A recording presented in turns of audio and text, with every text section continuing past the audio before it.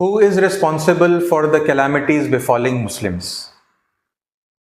We have answered this question from the individual perspective, and in this video, let us look at the collective perspective. When we ask Muslim scholars and intellectuals the same question, who is responsible for the calamities befalling Muslims, you will have often heard the answer that this is the planning of the Jews. This is the planning of the Christians. In the Indian context, you may have heard the answers that this is the planning of RSS, that this is the planning of BJP and Hindus. You have heard such answers, haven't you? Now let us look at the perspective given by the Holy Quran. In the chapter number 42, ayat number 30, God Almighty says, وَمَا أَصَابَكُمْ مِن مُصِيبَةٍ فَبِمَا كَسَبَتْ أَيْدِيكُمْ وَيَعْفُ عَنْ كَثِيرٍ. And whatever calamity befalls you, calamity, disaster, problem, misery, affliction, all these meanings can be taken from that one word, musibah. And whatever calamity afflicts you, befalls you, فَبِمَا كَسَبَتْ أَيْدِيكُمْ, it is because of what your own hands have committed. And He pardons much, and He overlooks much. Once again, we see in this verse, as we had seen in the previous one, that God Almighty does not entertain the blame game, which has become very common among Muslims. On the contrary, God Almighty is asking us to retrospect and look at what we have done. And He is plainly stating that you are responsible for your problems as a community.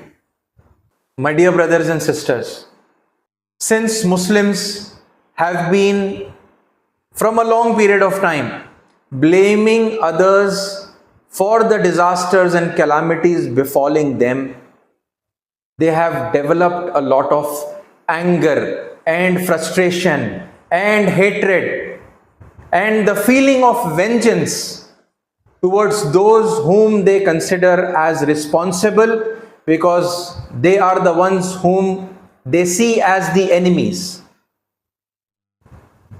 And they are very angry with the enemies, they are very unhappy with the enemies. They may want to take revenge from these enemies. And this line of thought has become so integrated in the Muslim's mind that most strategies that are discussed or implemented in the Muslim community start from this point, that they are our enemies, and then how will we protect ourselves from the enemies? How will we overcome their strategies and their planning? How will we defeat our enemies?